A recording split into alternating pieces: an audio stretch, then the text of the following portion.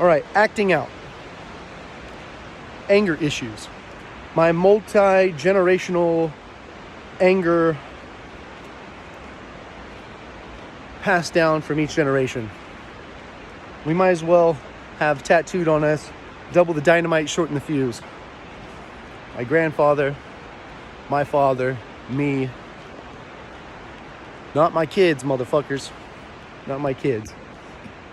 But when we're talking about a child acting out in anger, if you were just to take the part of acting out, say a kid is acting out and we're trying to control a behavior, what do you do? What does acting out look like? If you're in another country acting out and you can't speak the language, morning guys, you can't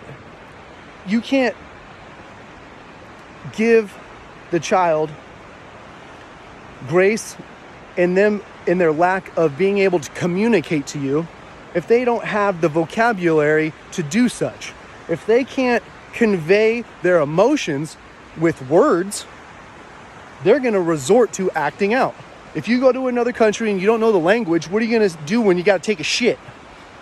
Or you got to take a piss or anything else? Like what's the name of the game? Charades. You play charades. Let's take that whole game into consideration when your child is acting out. And it's so funny when we deal with anger management, we try to fucking base it on the behavior modifications. Instead of letting that full expression of emotion play out, we try to, I say we as in the general we, the royal we, dictate their expression, leaving them with self-suppression. I mentioned this in a fucking rant earlier. I don't even know if I'm going to post that shit. It was pretty on one. But boy, oh boy, when my stories, my grandfather moved to America with 9 brothers, had my father here. He was the first over here, learning the culture, learning the language, trying to navigate what was acceptable, what wasn't, learning the new culture, trying to cultivate something that looked similar to that in his parenting, with having my father be one of the firstborn over here. Talk about messy. Sit there, shut up. Be seen, not heard. You know what? I don't even want to see you. Get over in the corner. Suppression, self-suppression. My father acted out to get attention. Short-fused. Anger. That's a whole nother, if we want to go on anger, not being able to regulate your emotions, not being able to feel loved or embraced or accepted or belong, security, especially within a father's arms, that's going to come out angry as fuck in adulthood. And you come to me with an insecure father. Love the dude, respect the dude, grateful for the dude. I'm just saying it how it is, man. Now, I don't want to be the same motherfucker repeating these patterns. You know, to be a generational chain breaker is one goddamn immense task to tackle. It is taxing. It is emotionally draining continually. But the outcome is worth it all, especially if you can be a chain breaker in some way, form, or fashion for your kids from your past experiences that you see handed down one after another. And like reverting back to acting out, when a child's acting out and you react to their anger or tantrums, it is literally applying self-suppression, not allowing them to express themselves, completely shutting them down. Not cool in my book. something I have to continually be encouraging of and aware of. Allowing my daughter, allowing my son to react or act however they need to express themselves. Just like the game of charades. If you don't know the fucking language, they're going to be acting out, trying to get your attention or express something. Hi, guys. So in allowing that to happen, they're going to be able to self-express themselves a lot easier and self-regulate with emotions that are high tensioned. And not being able to do so either leaves three options.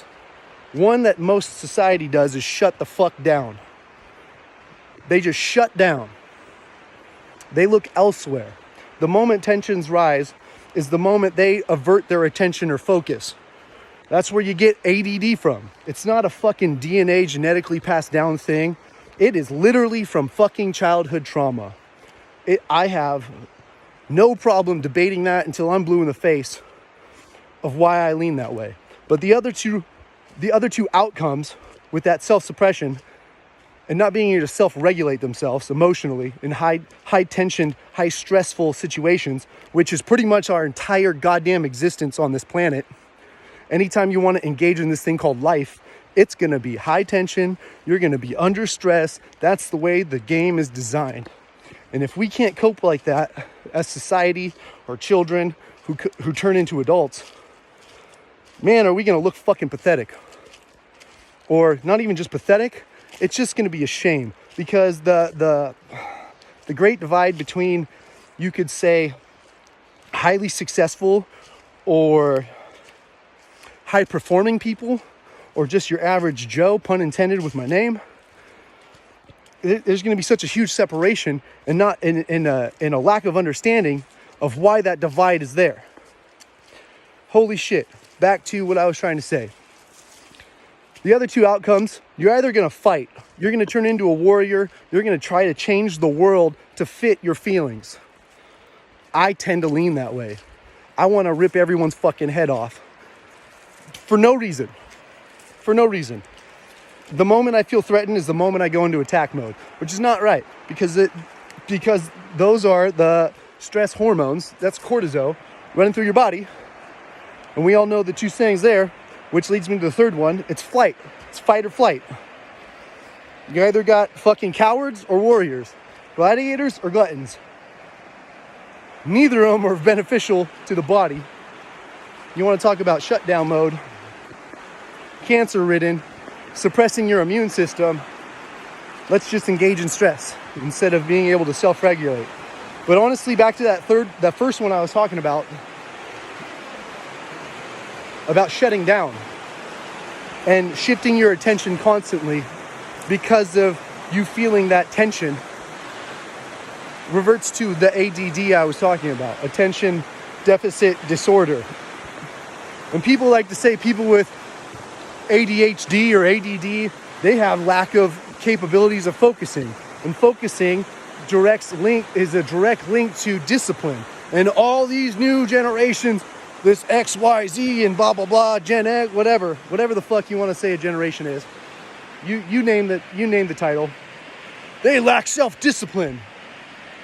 Well, dude, I'll tell you right now, I can turn into a fucking robot. Because when I had to shut down because of the abuse, physical, mental, emotional, I just turned into a robot. I saw what needed to be done and I did it. Why? Just because I'd shut down and fucking turn into an automatron. Whatever laid me under the fucking radar. And that's why me turning into an adult and experiencing and self-searching and going for, these healing journeys I go on for, trying to fucking figure out why I am, how I am, how I've become this way, searching desperately for healing and resolve on a lot of my childhood dramas and trauma that was fucking inflicted, usually unintentionally, because it is fucking passed down from one generation to the next, specifically from the fathers. The mothers do the same shit to their daughters too. So don't be acting all special because you're a female. We're all humans. We all go through the same fucking emotions. We're boiling it down. on a biochemical level of understanding our structure and the way we operate and the processes we all go through. We're all the fucking same, dude. It's all the same patterns. It's all the same issues. But me shutting down, turning into a robot, ADD, not being able to focus, turning into a machine and being able to have extreme fucking high resolution self-discipline when I need to, but then lack the follow-through because of other things popping up, or me saying, oh man, you know, I can come up with all these ideas, but then I have a poor follow-through on a lot of things. I become consumed with another idea and go upon it. We have to be, the way I started this was my multi-generational anger issues passed down. If you can figure out where it started or how it started, it will give you, like, my journey of healing and my process of healing has led me to find grace with my father and forgiveness. It's sometimes ramped up and I'm like, hey, give me that shit back. I want to stomp your fucking head in. Probably something I shouldn't say on camera, but I don't give a shit. Shit's real. It is a constant battle. It's a constant release. It's a constant let go. It's a beautiful thing when you're able to realize, I just gotta fucking tell myself to shut up and give grace where it's not deserved. Like, literally. Especially in anger issues, because if you're trying to be a chain breaker and stop something from going on to your children that you see as a pattern that you fucking experience yourself and saw how your grandfather dealt with it, or had to go through it, or whatever his situation was that poured out onto your father, and I'm talking about my shit, that poured out from my father, entering into the workforce of tradesmen and the whole hierarchy and the system of that, and dudes shitting on each other and position jumping and brother fucking, if you will, and jockeying for positions or management roles or titles. It's disgusting in itself. That bred insecurities on top of the ones that he got from his fucking father or his childhood traumas, which is even more fucking crazy if I want to go into that whole aspect of adding to childhood traumas and inflicting more insecurities, or bringing up old insecurities that were actually worked through and then fucking shit on and brought up again because they entered into a workforce with fucking dudes constantly bringing up and jockeying themselves because of their own insecurities. Man, we're all fucking each other over hardcore with this game, especially our children, because then we come home and we fucking kick the dog and yell at the wife and punish our kids, and man, it's a fucking never-ending cycle of disgusting chaos that I can see through pretty easily. Woo! That was a good one. As far as into my own story and into my own realm or my past or what I'm fucking going through, it's epic as fuck, man. My anger issues are direct links to my childhood traumas and not feeling worthy. When you're not allowing somebody to express themselves or to feel safe and secure, we are embedding and programming worthlessness, unworthiness. I'm not worthy enough to be able to express myself, especially when we unintentionally tie those to holding back our relationship or affection because they're not doing what we want them to do, aka behavior patterns or controlling a behavior. By no fucking means are we supposed to do that to one another, especially when we're trying to rear up children. Children are supposed to be their own expression. They're supposed to have their own feelings. They're supposed to be encouraged however they're going to become. They're going to be one day not owned by you. We don't own our children. So it's super crucial to understand that when your children do act out or when they are trying to express themselves, that you don't hold them down and engage upon self-suppression. because then there goes any sorts of regulation to be able to deal with high tension, high stressful situations and incapabilities of coping. You're completely destroying self-coping mechanisms that were built into our design, because we are God's greatest creation.